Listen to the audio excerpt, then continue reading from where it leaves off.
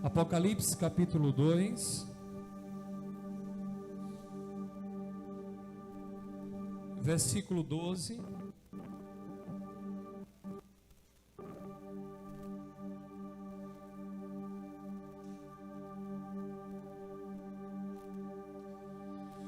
Todos acharam?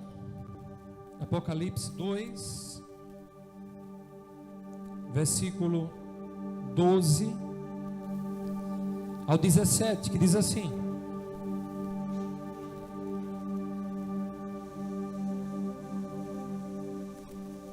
E ao anjo da igreja que está em Pérgamo, escreve: Isso diz aquele que tem a espada aguda de 2 fios.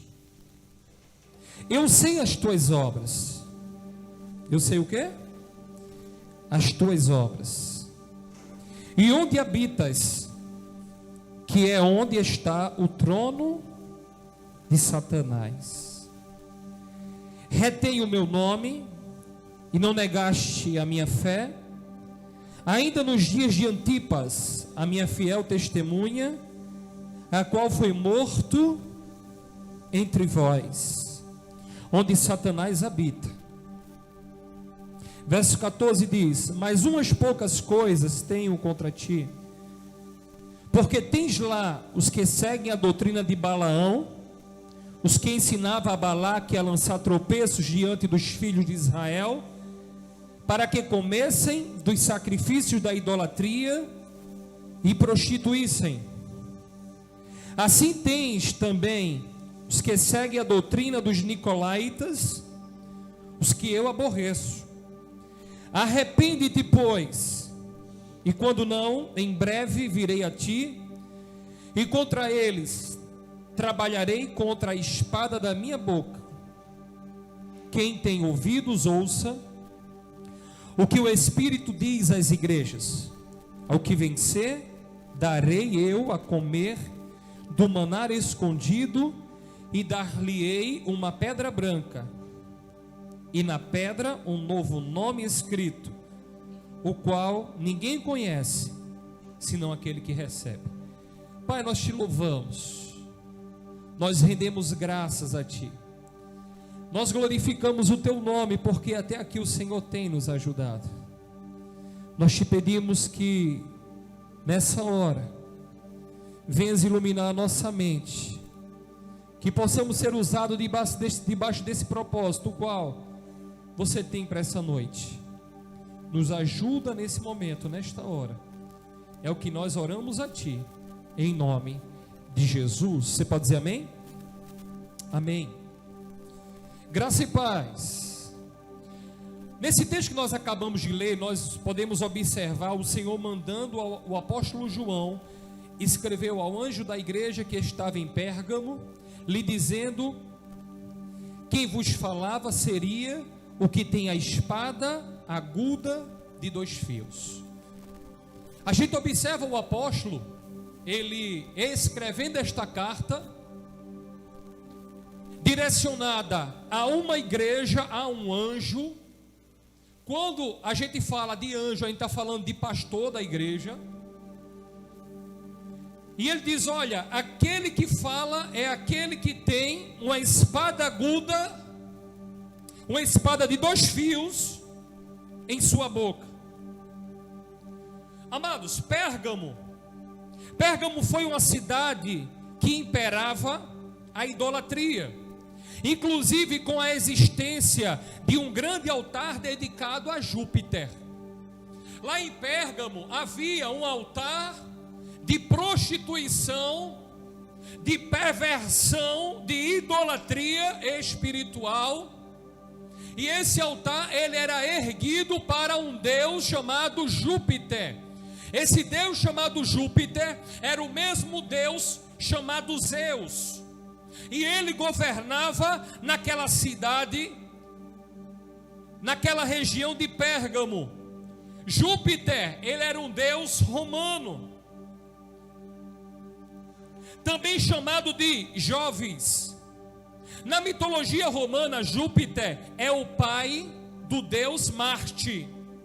Assim, Júpiter ele era avô de Rômulo e Remo. Rômulo e Remo eram os lendários, aqueles que inauguraram, né, aqueles que tinham fundado a região de Roma. Rômulo e Remo. Júpiter ainda é filho de Saturno e Cibele. Pérgamo era chamado de a maior cidade da Ásia Menor. E aí nós descobrimos que sobre Pérgamo imperava essa mitologia. Eles eram regidos por esse homem, por esse Deus chamado Júpiter. E por Pérgamo se prostrar diante de Júpiter, algumas consequências vieram sobre aquela região. Por Pérgamo se prostrar diante desse Deus chamado Júpiter, por dar legalidade a Júpiter, algumas coisas aconteciam naquela região. A cidade também tinha um templo dedicado a Esculápio, o deus da cura, cujo sua insígnia eram duas serpentes enroladas numa vara. Essa entidade, esse templo dedicado a esta entidade chamada Esculápio, a insígnia dele eram duas serpentes enroladas em um pedaço de cano, em um caniço. Vocês lembram de alguma coisa? Qual é o símbolo da medicina? Até hoje, qual é o símbolo da medicina? São duas serpentes enroscadas em um pau, em um caniço. Daí foi que originou essa insígnia. De quem? De Esculápio.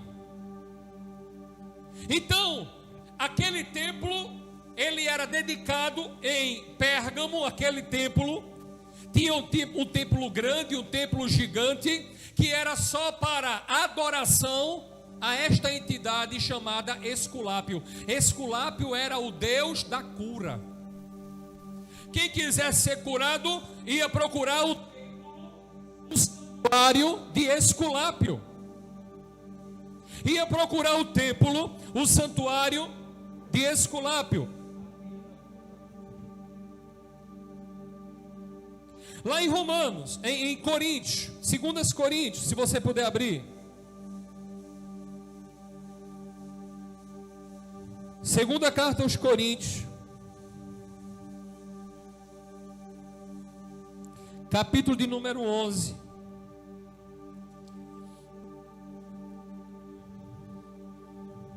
Versículo 3.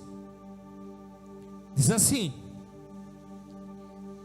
mas temo que, assim como a serpente enganou Eva com a sua astúcia, assim também sejam de alguma sorte corrompidos os vossos sentidos e se apartem da simplicidade que há em Cristo.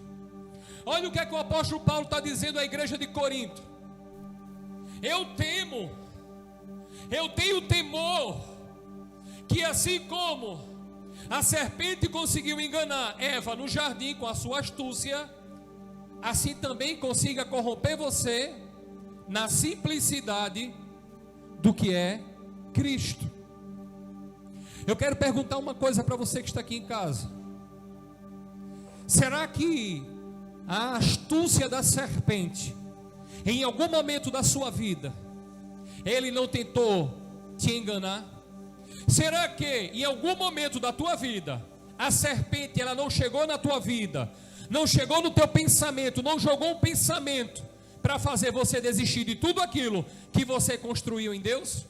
Mas eu quero dizer para você que nesta noite, a serpente ela vai perder o poder de influência que tem sobre a tua casa, que tem sobre os teus negócios, que tem sobre a tua mentalidade, que tem sobre a tua vida, porque o leão da tribo de Judá, ele entra e ele vai dizer assim para você: sobre a tua vida, eu que governo, sobre a tua casa, eu que governo. Lá em Apocalipse capítulo 12, versículo de número 9. Diz assim a palavra do Senhor: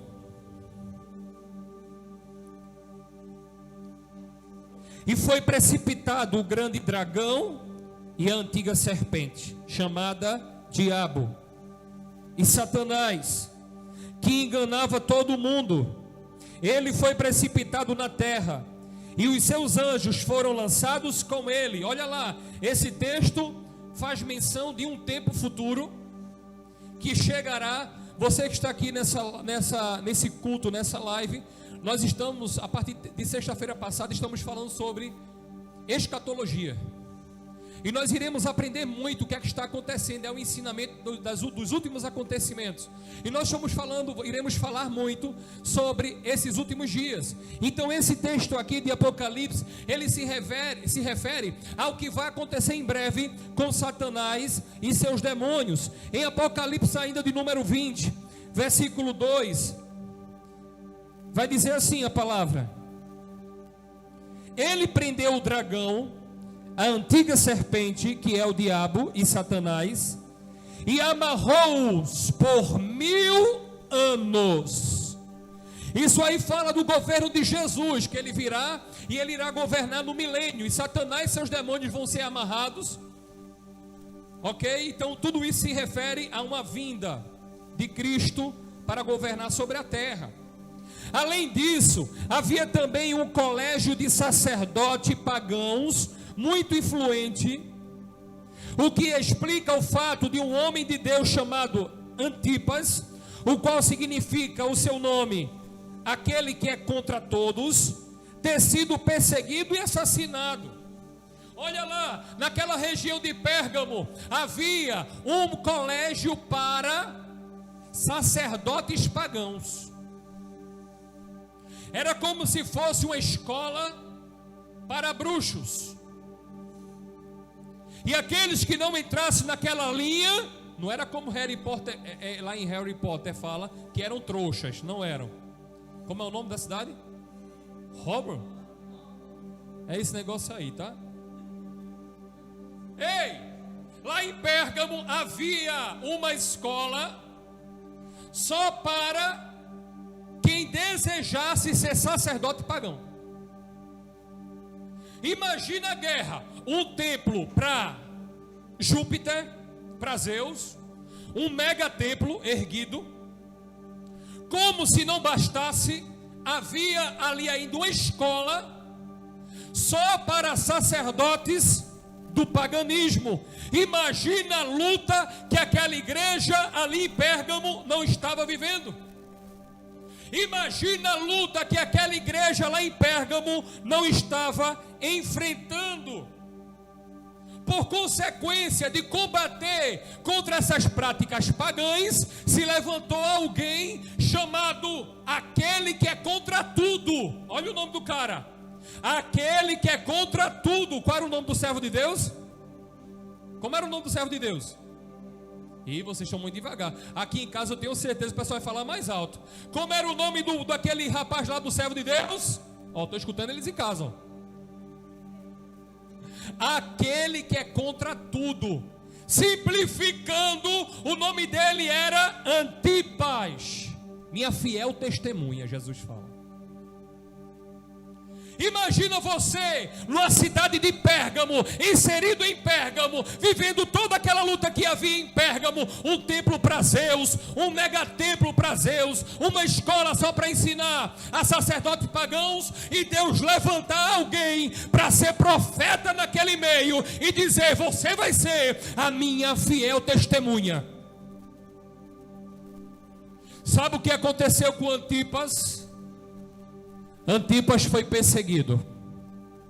Sabe o que aconteceu com Antipas? Antipas foi assassinado. Ele foi martirizado por ser um cristão fervoroso. E você quer desistir?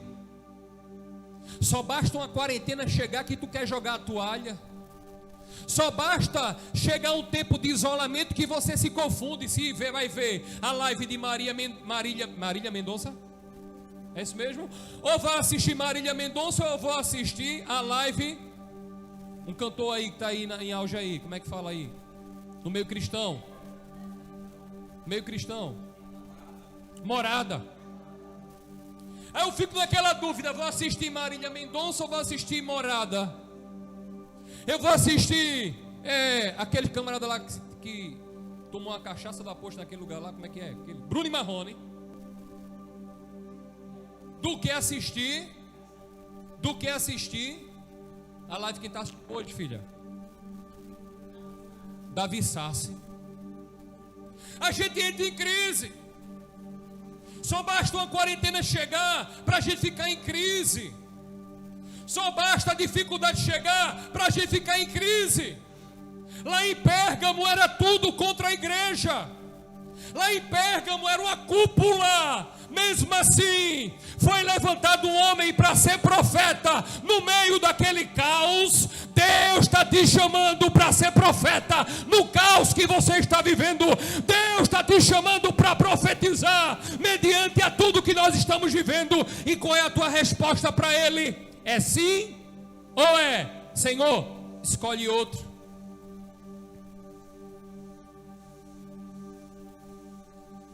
Versículo de número 13 a 15 de Apocalipse 2, diz assim a palavra do Senhor, 13 a 15. Mas devemos sempre dar graças a Deus por vós, irmãos, amados do Senhor, por vos ter Deus elegido desde o princípio para a salvação, em santificação do Espírito e fé da verdade. Verso de número 14, para que pelo nosso evangelho vos chamou, para alcançardes a glória do nosso Senhor Jesus Cristo. Então, irmãos, estai firmes. Oxe, eu estou lendo errado, irmão. Estou em Colossenses, perdão. Vamos lá, versículo 13 a 15. Diz assim: eu sei as tuas obras, e de onde habitas, que é onde está o trono de Satanás, e retens o meu nome, e não negaste a minha fé, ainda nos dias de Antipas, a minha fiel testemunha, o qual foi morto entre vós, onde Satanás habita. Mas umas poucas coisas tenho contra ti, porque tens lá os que seguem a doutrina de Balaão, o qual ensinava a Balaque a lançar tropeços diante dos filhos de Israel, para que comessem dos sacrifícios da idolatria e se prostituíssem. Verso 15 diz: assim tens também os que seguem a doutrina dos nicolaítas, o que eu aborreço. Olha o que é que acontecia. Nós podemos observar também a expressão de Deus, quando Ele diz que ali havia o trono de Satanás, havia doutrinas que faziam o povo de Deus perder o foco e o alvo.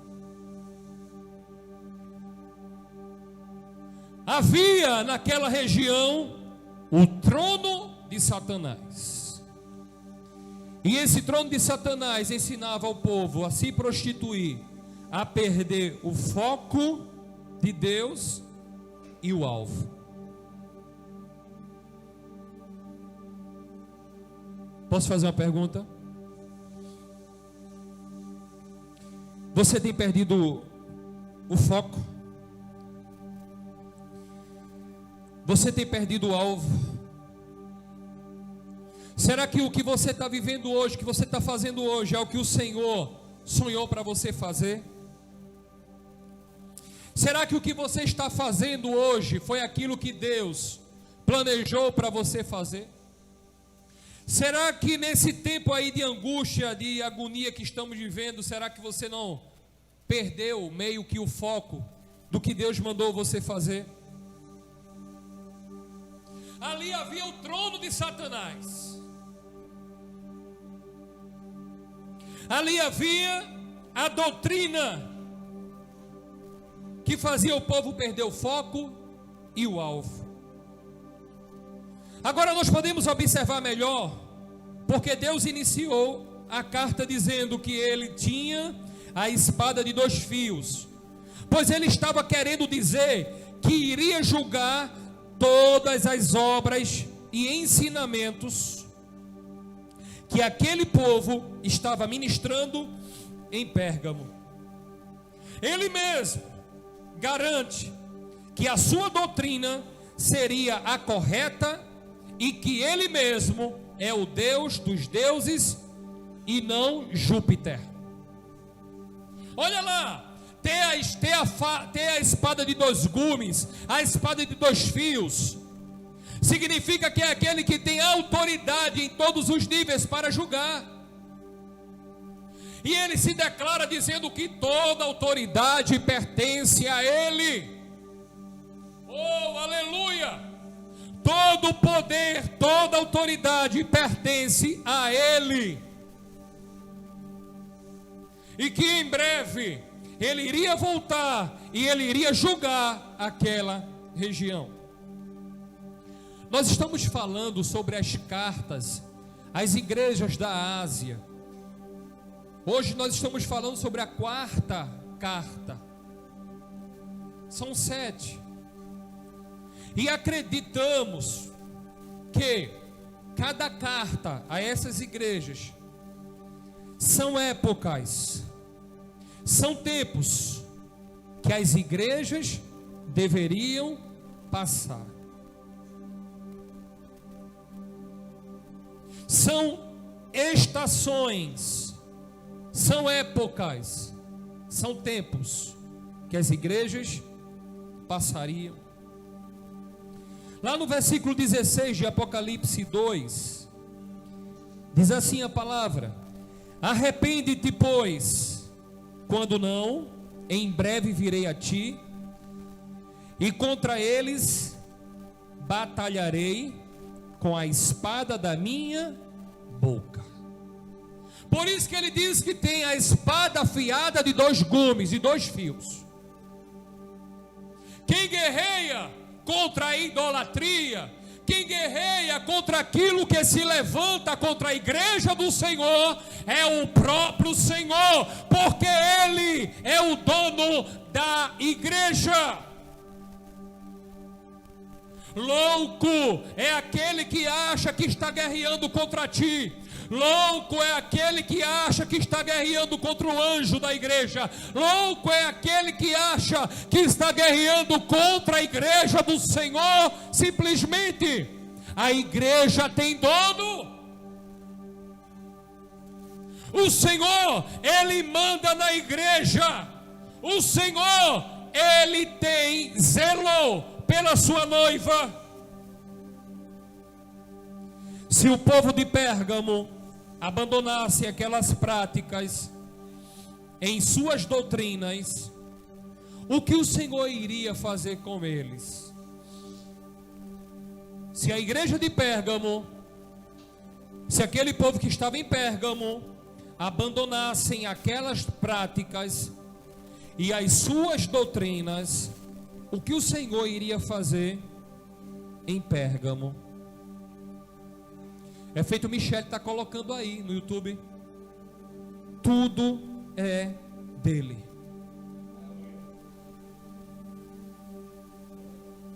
Tudo é dele. Tudo é para ele. Para ele, por ele são todas as coisas. Aleluia, Aline. Aline Gomes, é isso mesmo. Aleluia. Louvores a ele. Glorificar a ele, exaltar a ele. Estou pregando, mas estou acompanhando aqui, viu? O que é que iria acontecer, Eduardo? Se aquele povo mudasse a doutrina? Primeira coisa, Deus iria permitir que eles comessem do maná escondido. Versículo 17, a parte A de Apocalipse, diz assim, só a parte A, diz assim: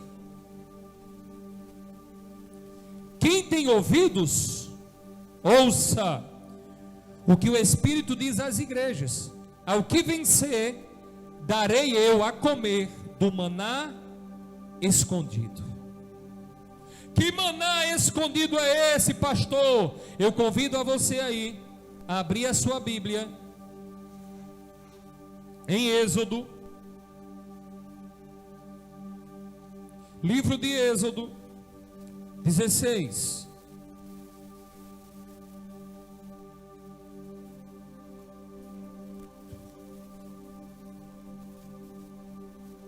Êxodo 16. Você pode abrir em casa. Glória a Deus. Estou interagindo aí com o povo, viu? Já botei um foguinho aí já. Êxodo 16, 4 diz assim: Então disse o Senhor a Moisés: Eis que eu vos farei chover pão dos céus, e o povo sairá e colherá cada dia a porção para cada dia, para que eu veja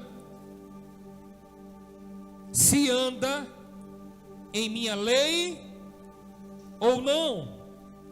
Versículo 31 a 35 agora, do mesmo capítulo 16. Amém, Márcio, gravações. 31 a 35, diz assim, ó: E chamou a casa de Israel ao seu nome, maná, e era como semente de coentro. Olha como era o maná: era como semente de coentro, era branco, e o seu sabor como bolo de mel. Olha, quem gosta de mel aí? Quem gosta de mel? Era como gosto de mel. E disse Moisés: Esta é a palavra que o Senhor tem mandado: Encherás um gomer dele, e o guardarás para as vossas gerações, para que vejam o pão que vos tenho dado a comer neste deserto, quando eu vos tirei da terra do Egito. Disse também Moisés a Arão: Toma um vaso e mete nele um gomer cheio de maná, e põe diante do Senhor e guarda para as vossas gerações, como o Senhor tinha ordenado a Moisés, assim Arão pôs diante do testemunho em guarda. Verso 35: E comeram os filhos de Israel maná 40 anos, até que entraram na terra habitada. Comeram maná até que chegaram aos termos da terra de Canaã. Olha lá, eles comeram maná até se fartar. Que maná? Todos os dias, Deus dava esse maná, o pão que descia do céu, para que o povo no deserto comesse. E diz a palavra que o povo comeu 40 anos. É isso mesmo, Michele, a palavra de Deus é como doce, é como mel. É verdade. Então, ó, 40 anos o povo comeu maná. Quantos anos? 40. E o interessante é que ninguém enjoou. Alguém gosta de doce aí em casa? Alguém gosta de doce aqui? O povo não enjoou. 40 anos comendo maná. Aí, quando chegava no sábado, na sexta-feira, ele ministrava o maná para sexta e sábado, porque no sábado eles não poderiam colher o maná. O único dia que poderia guardar o maná era na sexta para o sábado. Olha que interessante. No domingo, maná. Na segunda, maná. Na terça, maná. Na quarta, maná. E na quinta, maná. E na sexta, maná. E no sábado, descanso. Mas comia o maná do que colhia na sexta. Maná, o pão que desceu do céu. E Jesus, ele se coloca como este maná. Ele diz: Eu sou o pão vivo que desceu do céu. Quando o texto fala do maná escondido, é porque um dia este maná, ele foi levado do meio do seu povo por conta da sua infidelidade. Olha lá. Quem gosta de doce? Pastora gosta de doce. Sila está dizendo aqui, eu gosto de doce. Só sendo Sila mesmo. É, Sila, doce é bom, Sila, doce é bom. Olha lá. Agora, teve um dia, Poliana, que o maná cessou. Agora, sabe por que o maná cessou? Por causa da infidelidade do povo. Eu queria que você dissesse assim, em casa mesmo: quando eu sou infiel, eu faço com que o maná de Deus sobre a minha vida perca o seu efeito. Quando eu sou infiel, o maná de Deus ministrado sobre a minha vida é cessado. Quer um conselho? Seja fiel. Seja fiel. Permaneça na sua fidelidade. E o Senhor que disse a Pérgamo que se eles permanecessem na fidelidade, um dia Ele iria dar de comer do maná escondido. É o mesmo Deus que está dizendo: eu vou te dar do maná escondido. Assim diz o Senhor.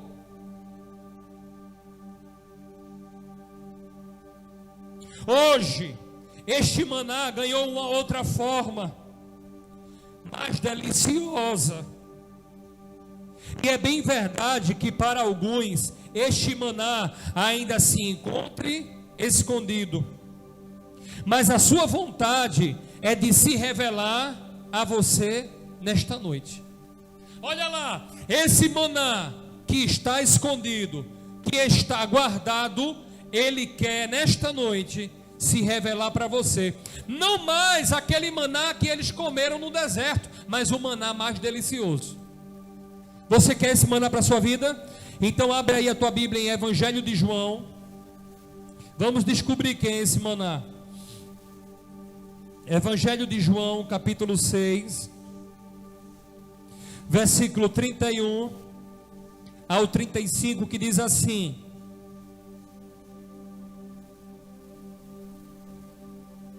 nossos pais comeram maná no deserto, como está escrito: deu-lhes a comer o pão do céu.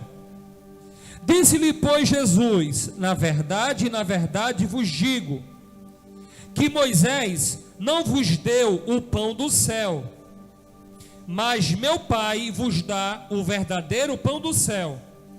Porque o pão de Deus é aquele que desce do céu e dá a vida ao mundo. Disseram-lhe, pois: Senhor, dá-nos sempre deste pão. E Jesus lhes disse: eu sou o pão da vida. Aquele que vem a mim não terá fome, e quem crê em mim nunca terá sede. Jesus está dizendo para você: eu sou o pão vivo que desceu dos céus, e aquele que vier a mim nunca mais terá fome. Oh, Racanaya Shederelabaiaço.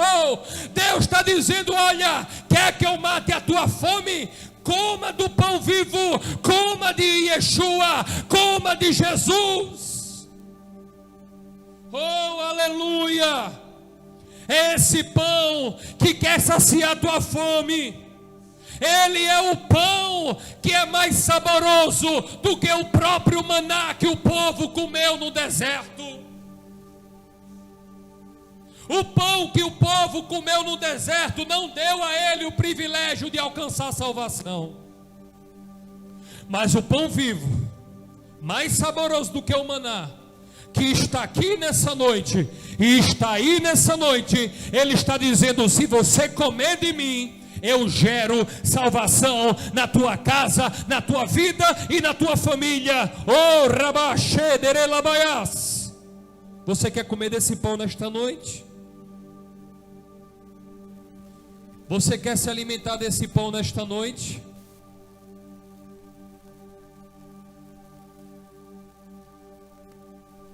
Agora também existe a segunda coisa, que se aquele povo se arrependesse, Se aquele povo quisesse viver uma vida com Deus, eles iriam experimentar comer do pão vivo, não iria comer só do maná, que é Yeshua hoje, como eles também iriam ganhar uma pedra branca na sua coroa. Pedra branca. Verso 17, a parte A de Apocalipse 2, diz assim: ao que vencer, darei eu a comer do maná escondido, dar-lhe-ei uma pedra branca, e nesta pedra um novo nome escrito, qual ninguém conhece, senão aquele que a recebe. Olha, Deus está dizendo: tem uma pedra branca, e eu já coloquei o nome nesta pedra, e eu quero te entregar. Existe uma pedra branca que o Senhor quer te entregar. De acordo com a história, os juízes, quando absorviam as pessoas, eles jogavam a pedra branca, simbolizando a sua inocência. Essas pedras eram especiais e eram usadas para vários propósitos, para recompensas e para jogos. Olha lá, quando o juiz, ele queria julgar alguém, e ele queria absolver aquele alguém, ele pegava uma pedra branca e ele jogava. Aquela pedra branca significava: você é inocente, ou você foi absolvido, ou aqui está a tua recompensa, aqui está o teu ganho no jogo. Então, quando Jesus fala que Ele está nos dando uma pedra branca, Ele está dizendo: eu como juiz, eu estou te absorvendo. Eu como juiz estou dizendo: toma aqui a tua recompensa. Aleluia. Pedra branca fala de recompensa. Pedra branca fala de ser absorvido pelas minhas culpas. Aquilo que eu pratiquei, aquilo que eu fiz, aquilo que eu fiz de errado, é Jesus dizendo: olha, igreja minha, eu te justifico, eu te dou a pedra branca. Por isso que Romanos capítulo 8, versículo 1 diz: portanto agora nenhuma condenação há para os que estão em Cristo Jesus, que não anda segundo a carne, mas segundo o Espírito. Jesus, quando foi para a cruz, Ele estava dizendo: estou jogando a pedra branca. Jesus, quando foi para a cruz, Ele estava dizendo: estou eu entregando a você uma pedra branca. Você que está me ouvindo, você que está me assistindo, Jesus está dizendo para você: eu tenho uma pedra branca para te entregar. Você quer? Você quer que eu te absolva da tua culpa? Você quer que eu apague os seus pecados? Você quer que eu entre na sua geração, na sua vida, mude toda a sua história? Então me confessa como o Senhor da tua vida. Então deixa eu reger a tua história.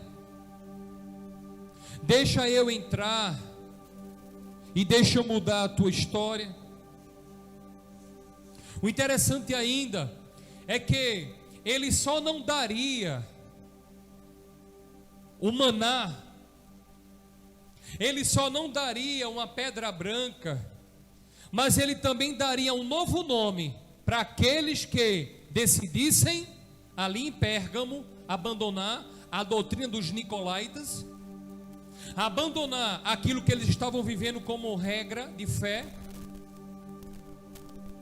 simplesmente em dizer: eu quero seguir a Jesus. Capítulo 2 ainda, versículo 17. vai dizer: e na pedra um novo nome escrito, o qual ninguém conhece, senão aquele que recebe. Este nome refere-se ao fato de que os cristãos receberam um nome que harmoniza com a sua renovação e perfeita do nosso ser, ou seja, refere-se ao caráter de Cristo atribuído à pessoa. O novo nome, está se referindo a alguém que disse: não, eu assumo essa identidade. Olha, eu assumo para que eu nasci. Olha, eu assumo a paternidade de Deus sobre a minha vida. Olha, eu assumo ser chamado de cristão. Refere-se ao caráter de Cristo atribuído à pessoa. Não tem orgulho santo melhor do que você, por onde andar, ser chamado de crente, ser chamado de alguém que tem o caráter de Cristo sobre a sua vida, de ser chamado de alguém que é servo do Deus vivo, de ser chamado alguém que decidiu viver nos preceitos do Senhor. O novo nome é o que, como irão nos ver após a conversão de fato e de verdade do nosso ser. Antes, o meu nome era outro. Antes, a minha identidade era outra. Antes, o teu nome era outro. Antes, a tua identidade era outra. Mas quando a gente vem para Cristo, quando a gente vem para o Senhor, o nosso nome é mudado. O nosso nome é transformado. Agora não é mais o caloteiro. Agora não é mais o fofoqueiro. Agora não é mais o adúltero. Agora não é mais a prostituta. Agora não é mais o cambalacheira. Agora não é mais a falsa, o falso. Agora não é mais tantos outros adjetivos. Para ser filho e filha do Altíssimo. Deus, Ele ainda hoje, Ele muda a história daqueles que querem ter suas histórias transformadas. Será que você é um desses nessa noite? Será que você é um desses que quer ter a sua vida transformada, a sua vida mudada? Será que você é um desses que quer ter o seu caráter regenerado em Cristo? Ele quer te dar o maná, Ele quer te dar uma nova pedra, a pedra branca, e Ele quer te dar um novo nome. Você quer isso para a sua vida? Ainda hoje o Espírito de Deus quer nos ensinar, nos capacitar, nos instruir acerca de sua palavra. Ele hoje te diz: filho, seja fiel, ouça o que eu te digo. Se fordes fiel, vencerás, e eu te darei de comer do maná escondido, dar-te-ei uma pedra branca, e te darei um novo nome. Você quer isso para a sua vida? Então, quando o Ministério Louvor estiver tocando aqui, eu convido a você que está em casa e não entregou sua vida a Jesus ainda, a declarar ao Senhor a salvação. Dizer: Senhor, eu dependo de você, eu preciso de você. Escreve o meu nome no livro da vida, me dá essa pedra branca, muda a minha história. É isso que Deus quer fazer com você, amém? Vamos adorar o Senhor.